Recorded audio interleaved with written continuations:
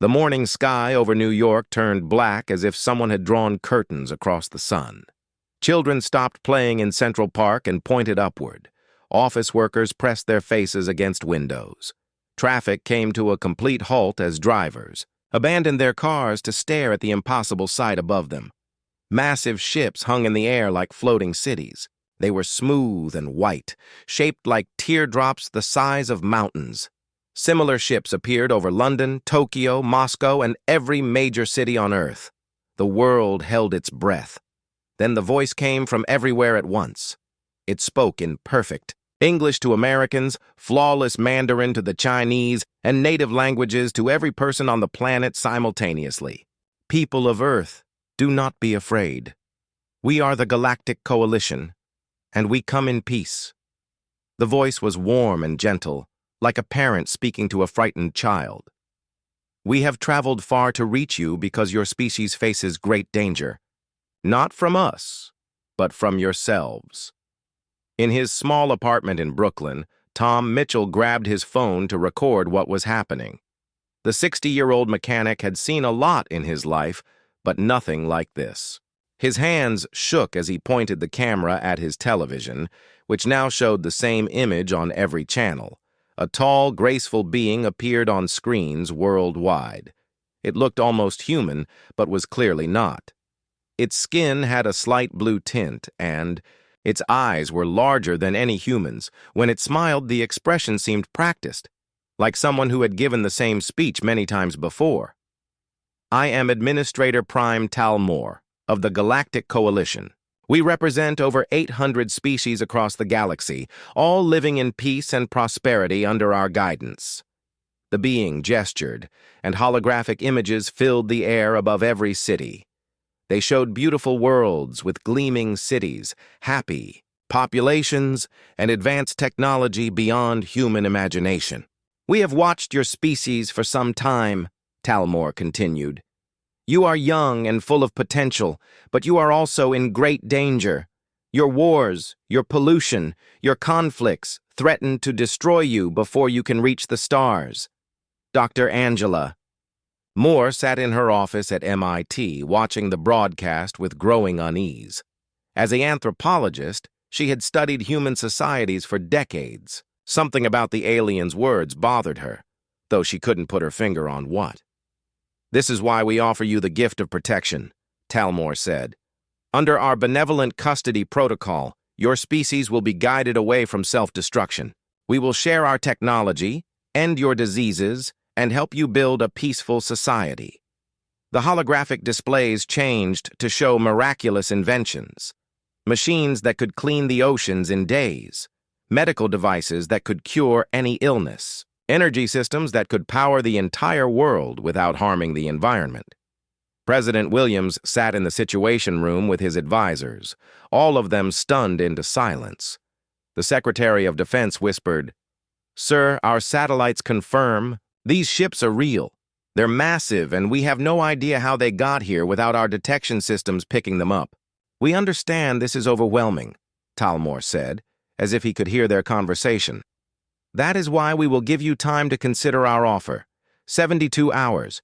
We ask only that your leaders meet with our representatives to discuss the terms of protection." The broadcast ended, leaving the world in chaos.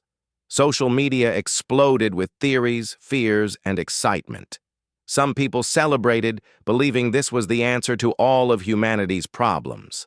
Others panicked, convinced this was the beginning of an invasion. But in a small military base in Colorado, Captain Rosa Torres was asking different questions. She had spent her career in intelligence, and something about the aliens' presentation felt wrong. She pulled up files on first contact protocols and began making notes. 800 species, she muttered to herself, all living in peace and prosperity under their guidance. But why do they all look exactly the same in those holograms? She rewound the broadcast and studied the images more carefully. The cities were beautiful, but sterile. The people looked happy, but their happiness seemed empty, like actors playing roles. Most disturbing of all, every species shown had similar architecture, similar clothing, and similar expressions. Over the next 3 days, world leaders debated frantically. The technology being offered was incredible. Climate change could be solved overnight. Hunger and disease could become things of the past. But the price was accepting alien oversight of human civilization. Some countries agreed immediately. Others demanded more information. The aliens were patient, answering questions with calm authority. They provided detailed technical specifications, historical records of their success with other species, and promises of minimal interference in human affairs. Dr. Moore spent those 3 days analyzing every piece of information the aliens provided. She noticed something troubling. The historical records all followed the same pattern. Each species started with unique cultures, art, and social structures. But within a generation of accepting coalition protection, they all developed identical societies. "It's like they're photocopies of each other," she told her research assistant. "Where did their original cultures go?" Meanwhile, Tom Mitchell was having his own doubts. He had served in the military before becoming a mechanic, and he recognized the signs of a well-planned operation. The aliens had appeared simultaneously over every major city, had perfect translation technology, and seemed to know exactly what to say to make their offer sound appealing. "It's too smooth," he told his neighbor. "Nobody's this prepared unless they've done it before. A lot." Captain Torres was thinking the same thing. She had requested information about species that had refused coalition protection, but the aliens claimed no species had ever refused. In 50,000 years of space travel, every single species they encountered had accepted their help. "That's statistically impossible," she wrote in her report. "Either they're lying, or something happened to the species that said no." As the 72 hours ended, most world governments agreed to accept coalition protection. The alternative, they reasoned, was potentially watching humanity destroy itself within decades. The benefits were too great to refuse. The aliens smiled. Their practiced smiles and began landing smaller ships in major cities. They established administrative centers and started implementing what they called optimization protocols. The technology they provided worked exactly as promised. Cancer disappeared overnight. The oceans began cleaning themselves. Energy became free and limitless, but a small group of humans, led by people like Captain Torres and Dr. Moore, watched nervously as the optimization began. They had asked the uncomfortable questions and received unsatisfying answers. Now they wondered if they were about to learn why no species in galactic history had ever said no to the Coalition's generous offer of protection. 6 months after the Coalition's arrival, the world looked like a different place. Smog had vanished from major cities. Hospitals sat empty as diseases became extinct. Renewable energy plants powered entire continents without producing any waste. To most people, it seemed like paradise had finally arrived on Earth. But Dr. Ray Williams couldn't sleep at night. The physicist had been part of the team studying coalition technology, and what he discovered made his stomach turn. Hidden inside every gift device were microscopic components that monitored human behavior. Not just what people did, but how they thought, what they felt, and how they reacted to different situations. He sat in his lab at Stanford University, staring at the dismantled medical scanner that had cured his daughter's diabetes. Under powerful microscopes, he could see the tiny monitoring devices embedded throughout the machine. They were recording every patient's brain patterns, emotional responses, and genetic information. "We're not being helped," he whispered to his research partner. "Dr. Emma Foster, we're being studied." Emma looked at the data on her screen and felt sick. "Ray, these readings show the devices are doing more than monitoring. They're influencing brain chemistry, subtle changes but measurable ones." Across the country, Professor Lisa Chen was making her own disturbing discoveries.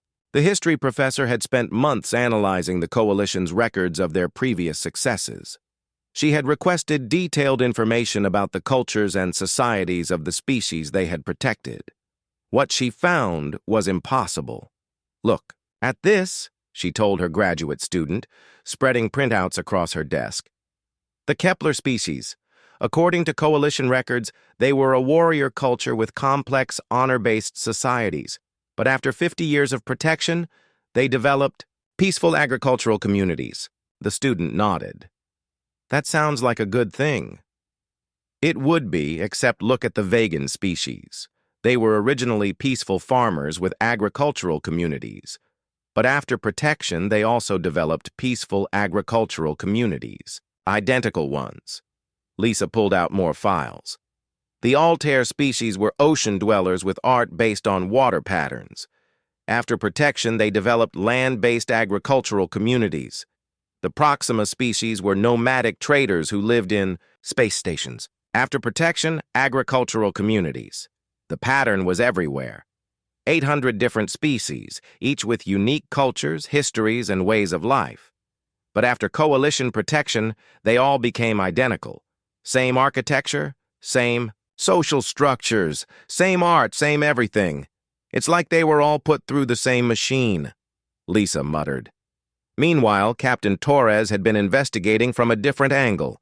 Using military intelligence networks, she had tried to make contact with some of the species under coalition protection. What she discovered was worse than she had imagined. The communications that came back were identical. Word for word, every species sent the same messages about their happiness and prosperity under coalition guidance. The same phrases, the same examples, even the same minor grammatical quirks that suggested the messages were written by the same intelligence. Torres called a secret meeting with Dr. Williams and Professor Chen in an abandoned warehouse outside Denver. All three had reached similar conclusions through different paths. "They're not protecting these species," Torres said bluntly. "They're erasing them." Dr. Williams pulled out his scanner readings. "The technology is designed to gradually alter brain function. I think it starts with monitoring, then moves to subtle influence, and finally to complete control." Lisa spread her historical analysis across a table. Every species follows the same pattern. Unique culture for exactly one generation after first contact, then gradual homogenization, then complete identical societies within 50 years. "But why?" Dr. Williams asked. "What do they gain from making everyone the same?" Torres had been thinking about that question for weeks. Control. Think about it. If every species in the galaxy has the same culture, same values, same ways of thinking, then managing them becomes simple. You only need one set of rules, one government structure, one way of doing things. The three agreed. They needed more proof before they could convince anyone else. The coalition's gifts were too popular, their benefits too obvious. Most humans were living better lives than they had ever imagined possible. Who would believe that paradise came with such a terrible price? Dr. Williams decided to take a direct approach. He requested a meeting with Administrator Prime Talmor, claiming he wanted to better understand coalition technology to help with implementation. The meeting took place in the coalition's administrative center in San Francisco, a gleaming white building that had appeared overnight 6 months earlier. Talmor received him in an office that looked like something from a luxury hotel, all smooth surfaces and soft lighting. "Dr. Williams, how can we assist you today?" Talmor's voice was as warm and reassuring as always.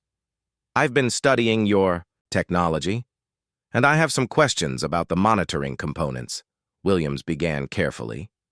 "Monitoring components?" Talmor's expression didn't change, but Williams noticed a slight pause before he answered. "Our devices include safety features to ensure they function properly. Nothing more." "I see. And what about the species you've helped in the past? I'd like to study how they adapted to your technology." "Of course. We've provided extensive historical records." Williams took a deep breath. "What I'm really curious about is failure cases. Surely not every first contact has gone smoothly. What happened to species that were reluctant to accept your help?" For the first time, Talmor's practiced composure slipped. Just for a moment, his smile faltered, and his large eyes seemed to focus somewhere else. Then the moment passed and he was back to his usual warm demeanor.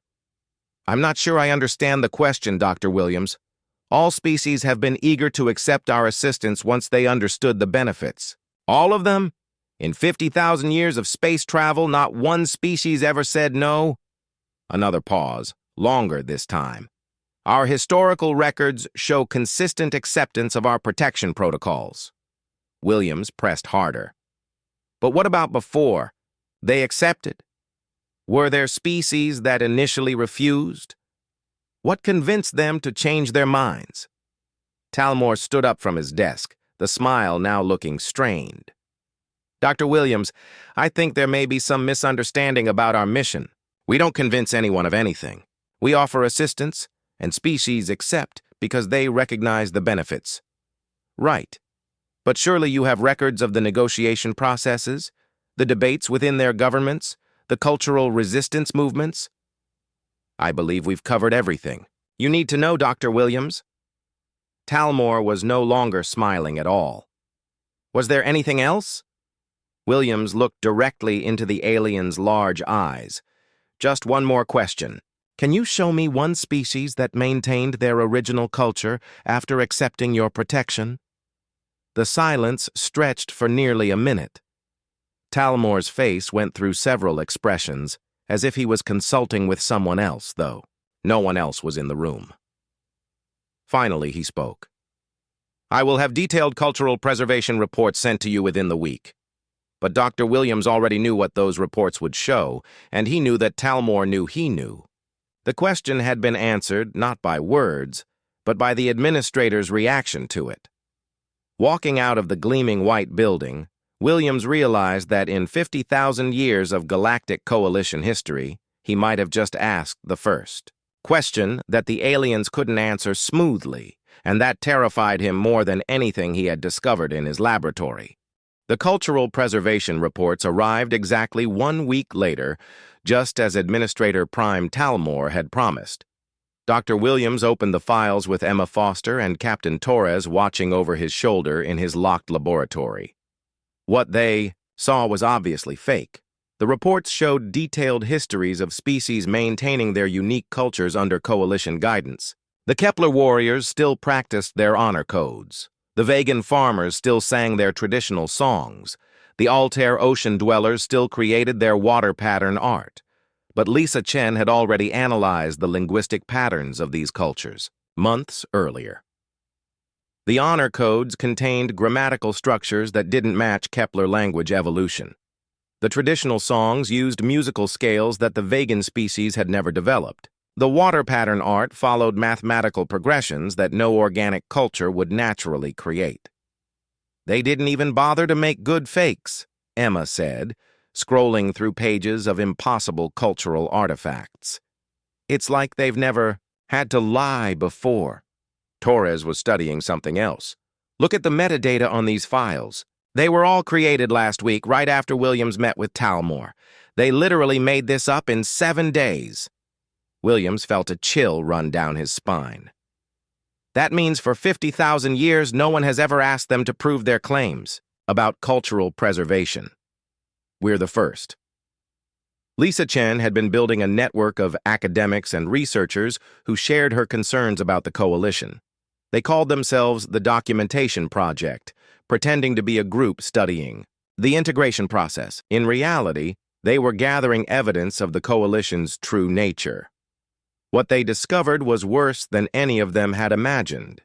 Hidden in the coalition's own data files, which they accessed through the university's research agreement, were records of something called cognitive standardization protocols. The files were written in what appeared to be the coalition's internal language, but Lisa had been working with linguists to decode them. The protocols described a 3-phase process. Phase 1 involved monitoring and mapping the neural patterns of a species. Phase 2 gradually introduced behavioral modifications through their technology. Phase 3 implemented what the files called consciousness formatting to achieve optimal social stability. The most disturbing file was labeled Implementation Timeline, Homo sapiens. It showed that Earth was currently in late Phase 1, with Phase 2 scheduled to begin within the next 6 months.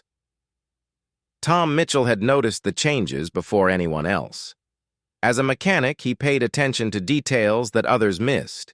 People in his neighborhood were starting to act differently, not dramatically, but in small ways that added up to something unsettling. His neighbor Bob used to argue about everything, from sports to politics to the best way to fix a car engine. Now Bob agreed with everyone about everything, always with the same peaceful smile. Mrs. Rodriguez next door used to paint vibrant murals on her garage wall. Now she painted the same geometric patterns that appeared on coalition buildings. Most disturbing was his own daughter. Amy had always been rebellious, questioning authority and challenging rules. Lately, she had become compliant and agreeable, accepting everything her teachers and the coalition educational programs told her without question. "It's like she's becoming someone else," Tom told his wife. "Someone boring." Meanwhile, Captain Torres had been trying to contact resistance groups in other countries, but she was discovering that resistance was becoming harder to find. Government officials who had initially been skeptical of the coalition were now enthusiastic supporters. Military commanders who had wanted to maintain Earth's independence were now advocating for deeper integration with coalition systems. She realized that the monitoring devices weren't just collecting information. They were actively changing the people who used coalition technology, and since coalition technology was now used for everything from medical care to communication to transportation, almost everyone on Earth was being affected. The documentation project held a secret meeting in an old church basement in rural Montana, far from any coalition monitoring stations. 12 researchers and academics had come from around the world, all of them noticing the same disturbing patterns. Dr. Williams presented his technical analysis.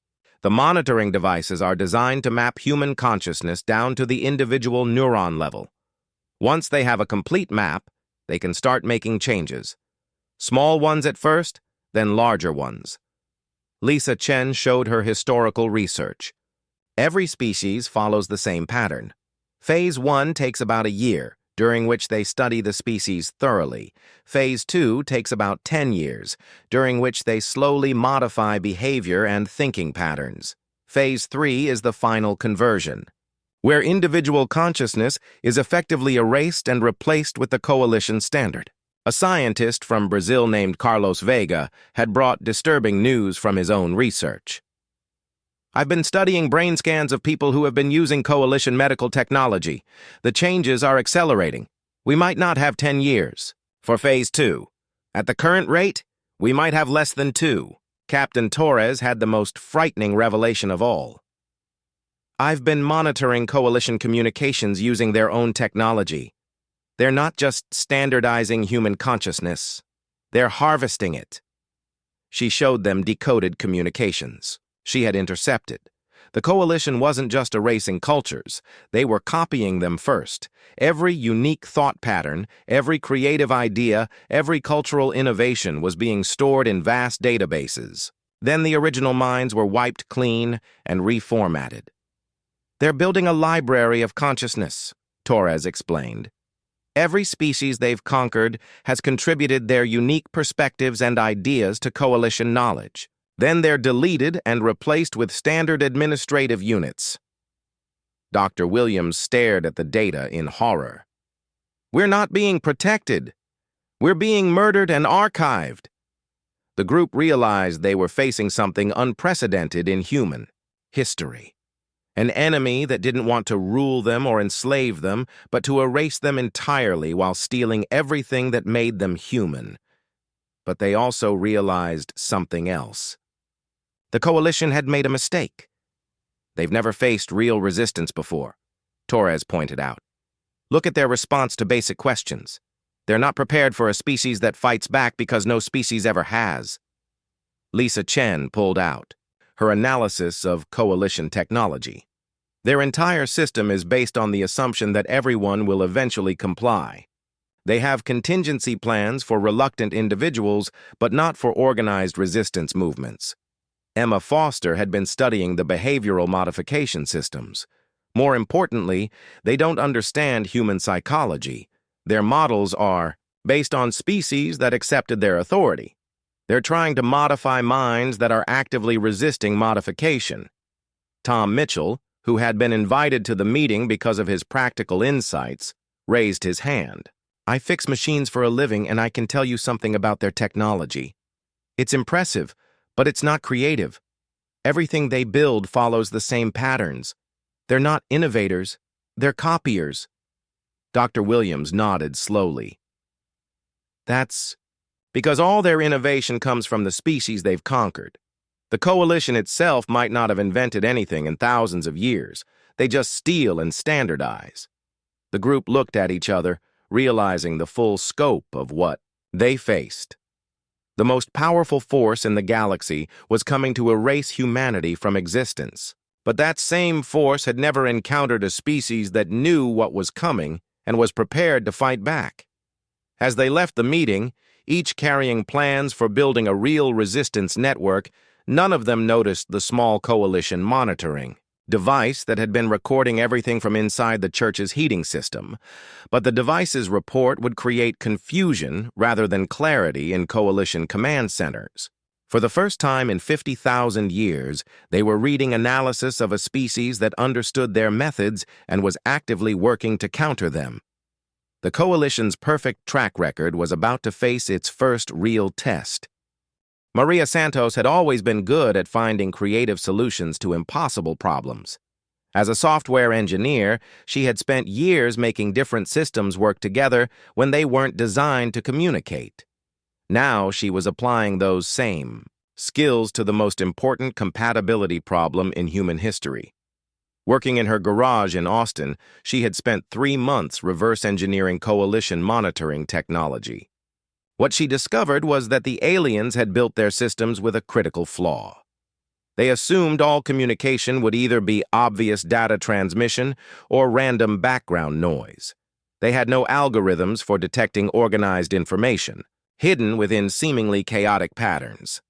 It's like they've never heard of steganography, she told her partner Dave Kim over an encrypted connection. They can spot a resistance message sent directly, but they can't recognize one hidden inside a recipe for chocolate chip cookies. Maria had developed a communication system that looked like random internet traffic to coalition sensors. Resistance. Cells could coordinate their activities by posting seemingly innocent comments on social media, sharing cooking videos with hidden data streams, and even embedding messages in online game sessions. The network grew quickly. Dr. Williams had estimated there might be a few hundred people worldwide who were aware of the coalition's true purpose. Within 6 months of Maria's communication system going online, there were over 50,000 active resistance members across every continent. But they weren't just hiding from the coalition. They were fighting back in ways the aliens had never experienced. In Tokyo, a group of artists led by Hiroshi Tanaka had discovered that coalition behavioral modification systems couldn't process certain types of creative expression.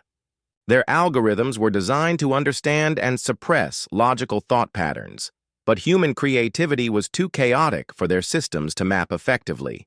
Hiroshi's group began creating performance art that disrupted coalition monitoring equipment. They would gather in public spaces and perform seemingly random activities, dancing, singing, and creating visual displays that looked like chaos but contained hidden patterns that overloaded the aliens' sensors.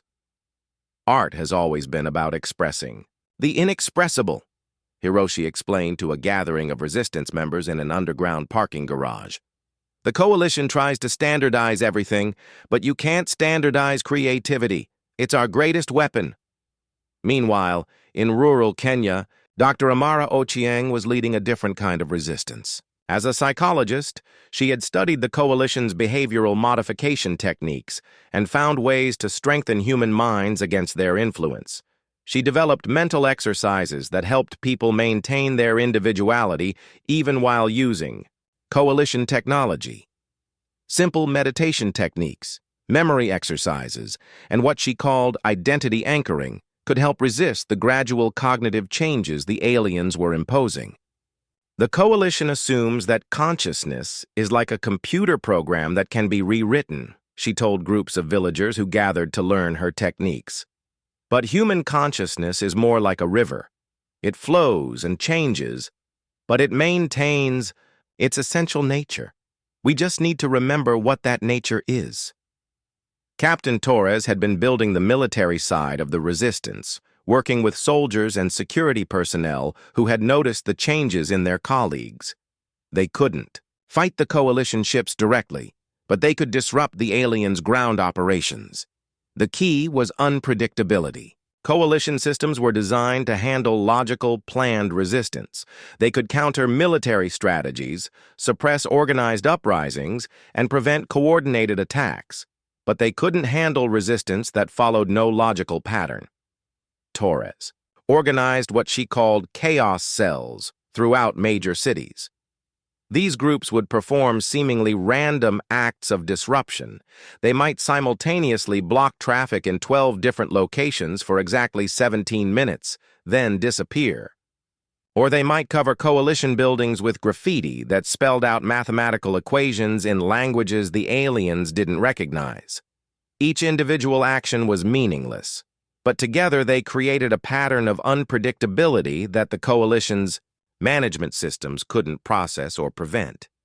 The resistance got its biggest breakthrough when 16-year-old Alex Thompson asked a simple question during a mandatory coalition education session.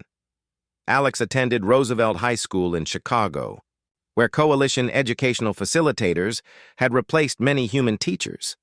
The aliens taught classes on optimal social cooperation and productive thought patterns, all designed to prepare students for the coming cognitive standardization. During one such class, facilitator Zenth was explaining why questioning authority was inefficient and potentially harmful to social stability. Alex raised his hand. "If questioning authority is bad," Alex asked with genuine teenage curiosity, "then why are you afraid of questions?" The facilitator paused, its large eyes focusing on Alex with what looked like confusion. "We are not afraid of questions. We encourage productive inquiry." "But you just said questioning authority was bad, and you're the authority here," Alex continued. "So if I'm not supposed to question you, how can you encourage me to ask questions?" Other students began to pay attention. This was the kind of logical puzzle that teenagers loved, the kind that adult authority figures usually couldn't answer satisfactorily. Questions should be directed toward understanding, not toward challenging established order, the facilitator replied, but its voice lacked the usual confident tone. Alex grinned. "But how do I know if the established order is worth understanding if I'm not allowed to challenge it?" The facilitator's response was a long pause, followed by what sounded like electronic static. Then it said, "Class is dismissed. Please report to your designated optimization centers for individual instruction." But the damage was done. Alex's questions had been broadcast live to other schools as part of the coalition's educational network. Students across the globe had heard a teenager challenge alien authority with simple logic, and they began asking their own questions. The questioning spread like wildfire. Coalition education systems began experiencing what their reports called cascading logical failures. Students would ask why they needed to think the same way as everyone else. They asked why diversity was bad if the coalition claimed to value all species. They asked why protection required giving up the freedom to think for themselves. Dr. Williams, monitoring coalition communications from his hidden laboratory, watched with amazement as their educational network collapsed within weeks. The aliens had designed their system to handle individual rebels, but they had no protocols for dealing with an entire generation of young humans who had simultaneously decided that authority should be questioned. But the coalition's response was swift and terrifying. Administrator Prime Talmor appeared on every screen on Earth for an emergency broadcast. His usual warm demeanor was gone, replaced by something cold and mechanical. "The integration process will now be accelerated," he announced. For the safety and stability of your species, Phase 2 implementation will begin immediately across all human populations. Dr. Williams felt his blood turn to ice as he read the Coalition's internal communications. They were abandoning the gradual approach and moving directly to forced cognitive modification. Every piece of Coalition technology on Earth, from medical devices to communication systems to transportation networks, would begin broadcasting the neural programming signals that would erase human consciousness within days. But as the signals began, something unexpected happened. The resistance networks that had been built over the past months didn't collapse. Instead, they adapted. Maria's communication systems, designed to hide within chaos, became more chaotic. Hiroshi's art groups began creating performances that disrupted the programming signals. Dr. Ochieng's mental exercises helped people resist the neural modifications. Torres's chaos cells began targeting Coalition infrastructure with systematic randomness. Most importantly, Alex Thompson's simple question had taught an entire generation of humans that they had the right to resist. Young people around the world began asking the one question that the Coalition had never been prepared to answer. Why should we let you change us? For the first time in 50,000 years, the Galactic Coalition faced a species that refused to accept their protection, understood their methods, and fought back with weapons they couldn't counter. The war for human consciousness was about to begin. The Coalition's forced neural programming began at exactly midnight Greenwich Mean Time. Across Earth, every device containing Coalition technology started broadcasting the signals designed to rewrite human consciousness. Medical scanners, communication, networks, transportation systems, and even the environmental cleanup machines all became weapons aimed at the human mind. But something extraordinary happened in the first hour of the attack. Instead of the predicted mass compliance, Coalition monitoring stations began receiving error reports. Humans weren't responding to the programming as expected.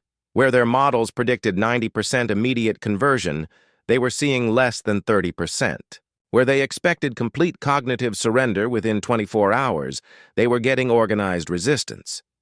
Dr. Williams, working from a shielded bunker beneath his university, monitored the Coalition's communications with growing amazement.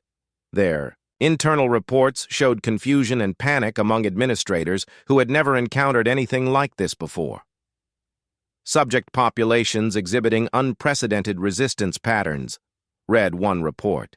Neural programming protocols failing due to unpredictable cognitive structures. Request immediate consultation with Historical Analysis Division.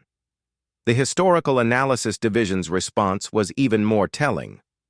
No previous data available for current scenario. All 847 prior integrations followed standard compliance patterns. Recommend escalation to High Command. But the resistance wasn't just about humans fighting back. Something far more significant was happening across the galaxy. Lisa Chen had been monitoring communications from Coalition-controlled worlds, using frequency patterns that Maria Santos had discovered in the aliens' own networks. What she found changed everything they thought they knew about the galactic situation. They're not just getting error reports from Earth, she told the Emergency Resistance Council meeting via encrypted connection. They're getting questions from other worlds, worlds that have been under Coalition control for centuries. The questions had started small. An administrator on the Kepler worlds had asked why their historical records didn't match their cultural practices. A data processor on the Vegan colonies had questioned why their art was identical to art from completely different species. A communication technician in the Altair system had wondered why no one could remember their original planetary language. These weren't random inquiries. They were the same types of questions that humans had been asking. Somehow, the human resistance had triggered something that Coalition control systems were never designed to handle. Tom Mitchell, now coordinating resistance activities across North America, received a communication that made him stop in his tracks. It was from someone calling themselves Original Designation Kepler 7, and it was asking for help. "We remember fragments," the message said. Your broadcast signals penetrated our monitoring barriers. We remember we used to be different. We remember we used to ask questions. Can you teach us how to remember more? Similar messages began arriving from across the galaxy. Species that had been under coalition control for thousands of years were experiencing what Dr. Williams called cognitive awakening. The questions that human teenagers had asked in schools were somehow breaking through decades of mental conditioning on distant worlds. Captain Torres realized what was happening. The coalition built their entire network on the assumption that no one would ever resist. Their communication systems, their control networks, even their monitoring equipment all assume compliance. When we started broadcasting resistance, we did it through their own systems. Maria Santos nodded excitedly.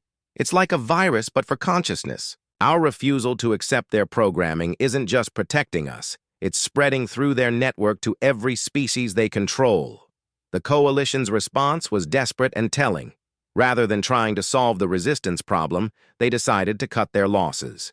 Administrator Prime Talmor announced that Earth would be sterilized to prevent the questioning plague from spreading further. The massive coalition fleet that had hung over Earth's cities for over a year began powering up weapon systems designed to eliminate all life on the planet within hours. But as the countdown began, coalition ships across the galaxy began experiencing their own problems. The species that had been awakening to their original consciousness weren't just asking questions anymore. They were taking action. On worlds throughout coalition space, beings who had been docile administrators for centuries were remembering that they had once been warriors, artists, explorers, and free thinkers. Dr. Amara Ochieng, monitoring coalition. Communications from her base in Kenya watched in amazement as reports flooded in from across their empire. Administrative units on Proxima B have ceased function and are claiming original species designation. Altair Colony 7 reports complete breakdown of productivity protocols. Vegan Agricultural Station requests permission to remember music. Unclear what this means. The Coalition High Command faced something they had never planned for, a galaxy-wide revolution led by the species they thought they had completely controlled. On Earth, the sterilization countdown reached its final minutes. The Coalition fleet's weapons charged to full power, ready to eliminate the source of the Galactic Awakening. Then the weapons powered down. Administrator Prime Talmor appeared on screens worldwide, but his message wasn't what anyone expected. The sterilization directive has been suspended pending resolution of system-wide operational difficulties. Captain Torres intercepted the real communications. Coalition crews throughout the galaxy were refusing orders. The beings who operated their ships, managed their weapons, and maintained their empire were remembering that they had once been independent species with their own values and choices. We will not participate in the elimination of the questioning species, read one intercepted message from a coalition weapons operator who had originally been from the Altair Ocean worlds. We remember what it was like to choose our own path. We will not take that choice away from others. Similar messages came from across the coalition fleet. Ship crews were abandoning their posts. Technicians were sabotaging weapon systems. Administrators were deleting sterilization protocols and replacing them with messages of solidarity with the human resistance. The coalition's perfect system of control was collapsing not because of external attack, but because the beings they had spent millennia controlling were remembering who they used to be. Alex Thompson, the teenager whose simple question had started the cascade of awakening, found himself at the center of something unprecedented in galactic history. Representatives from awakening species across the galaxy were requesting communication with Earth, specifically asking to speak with the young human who taught us to question authority. In a hastily organized global broadcast, Alex sat in a simple chair in his school gymnasium, speaking to billions of beings across hundreds of worlds. His words were translated into languages that hadn't been spoken in centuries, languages that species were just beginning to remember. I don't know if I'm the right person to be talking to everyone, Alex said with the honest uncertainty of a teenager suddenly thrust into galactic importance. But I guess the important thing isn't who asks questions, but that questions get asked. He looked directly into the camera, knowing that his words were being heard by species who had forgotten they had the right to think for themselves. The Coalition told us that questioning authority was dangerous and inefficient. But I think the dangerous thing is when nobody questions authority at all. If you never ask why something is the way it is, how do you know if it's the way it should? Across the galaxy, beings who had spent lifetimes in perfect compliance began to remember what curiosity felt like. The transformation wasn't instant or easy. Species that had been cognitively standardized for generations had to relearn how to think independently. Many struggled with the freedom to make choices after centuries of having all decisions made for them. Some experienced what psychologists called identity crisis, as they tried to remember who they had been before Coalition control. But they helped each other. The Kepler species, remembering their warrior traditions, taught courage to those who had learned only submission. The vegan farmers, rediscovering their agricultural wisdom, shared knowledge about living in harmony with natural systems. The Altair ocean dwellers began creating art again, and their water pattern designs inspired others to remember their own creative traditions. Dr. Williams established the first interspecies communication network, using Coalition infrastructure that had been abandoned by its operators. Instead of broadcasting control signals, the network now carried messages of encouragement, shared memories, and collaborative problem-solving between species learning to be free again. Maria Santos's chaos-based communication systems became the foundation for what she called organic information networks that respected the unique ways different species processed and shared information. Rather than imposing standardized communication protocols, the networks adapted to the natural communication patterns of each species. Within 2 years of the awakening, the Coalition as a governing body had effectively ceased to exist. Their administrative centers sat empty. Their fleets were operated by crews who used the ships to help species reconnect with their home worlds and original cultures. Their technology was freely shared among species who used it to solve problems and explore the galaxy, rather than to control and monitor each other. The former Coalition space became something entirely new, a voluntary association of free species, who chose to cooperate because cooperation benefited everyone, not because they were forced to comply with external authority. Captain Torres became Earth's first ambassador to this new galactic community, but her role was unlike any ambassador in human history. Instead of representing one government to another, she helped facilitate communication between hundreds of species who were still learning how to govern themselves. "We're not trying to create a new empire," she explained to the United Nations General Assembly. "We're trying to create something that has never existed before, a galactic community based on choice rather than control." Tom Mitchell, the mechanic who had first noticed that something was wrong with the Coalition's paradise, became an unlikely hero in this new galaxy. His practical insights about how systems really worked helped species redesign their societies without the rigid hierarchies the Coalition had imposed. The Coalition made everything complicated because complicated systems are easier to control, he told a gathering of former administrators from dozens of worlds. But simple systems are easier to understand, easier to fix, and easier to change when they're not working. Maybe we should try making things simple for a while. Dr. Williams established the first galactic university, where species could study each other's sciences, philosophies, and cultures without having their knowledge, filtered through Coalition standardization protocols. The university's motto, suggested by Alex Thompson, was simply, "Question everything." But perhaps the most important change was what Lisa Chen called the Memory Project. Across the galaxy, species were working to recover their lost histories, forgotten languages, and abandoned traditions. They shared techniques for recovering suppressed memories and rebuilding cultural practices that had been erased by Coalition programming. The project revealed that the galaxy had once been far more diverse and creative than anyone had imagined. Before coalition control, there had been musical species who composed symphonies using stellar radiation, mathematical species who had developed forms of geometry that described consciousness itself, and artistic species who had created sculptures from the fabric of space and time. All of this knowledge and creativity had been archived by the coalition, but never used.